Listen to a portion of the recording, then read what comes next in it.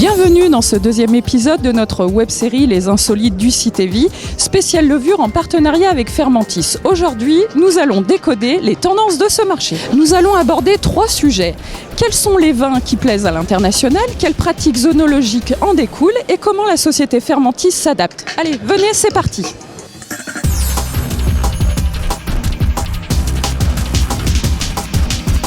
Anne Flech, vous êtes responsable œnologie pour Fermentis en Amérique du Nord. Quelles sont les tendances de consommation du vin aux USA ? Les Américains consomment de plus en plus de vin, de toutes les couleurs, avec une progression nette sur le vin blanc, mais surtout sur le rosé. Sur les vins blancs, ils apprécient vraiment les vins au caractère variétal fort, comme le Sauvignon blanc, le Pinot Gris, le Riesling. Et dans ce cas-là, l'accent est vraiment mis sur les arômes variétaux, comme les thiols, les terpènes, plutôt que sur le terroir. Et sur les cépages moins aromatiques et le rosé, on va vraiment chercher un profil fermentaire très fruité, avec une forte production d'ester et d'alcool supérieur.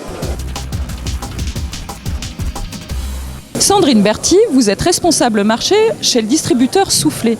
Quel type de levure recherchent vos clients vignerons ?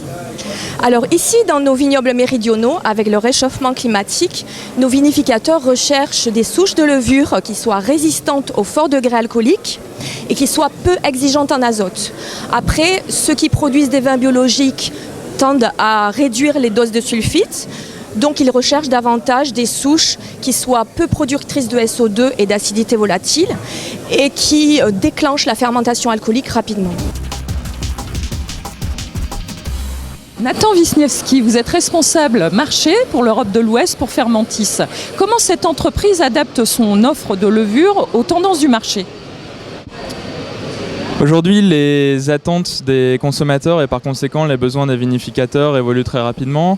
Donc nous constatons 3 tendances. Première tendance, la progression des vins blancs et rosés, avec 2 types de profils recherchés, profil ester et profil thiol. Par rapport aux esters, nous avons lancé en 2018 une souche fortement productrice d'ester amylique. Deuxième tendance, le bio. Nous avons lancé une souche certifiée bio-EcoCert cette année à ce niveau. Troisième tendance, la résistance à des conditions de fermentation de plus en plus difficiles, donc température, carence azotée. Et à ce niveau-là, nous travaillons de plus en plus sur des hybrides Cerevisier et Baianus. Les Insolites du Cité-Vie, c'est fini. Nous avons réalisé cette web-série en partenariat avec Fermentis, une unité du groupe Le Saffre dédiée aux boissons fermentées. Nous avons découvert ensemble les tendances et innovations de cet univers des micro-organismes que sont les levures. N'hésitez pas à partager, à commenter et à redécouvrir le premier épisode.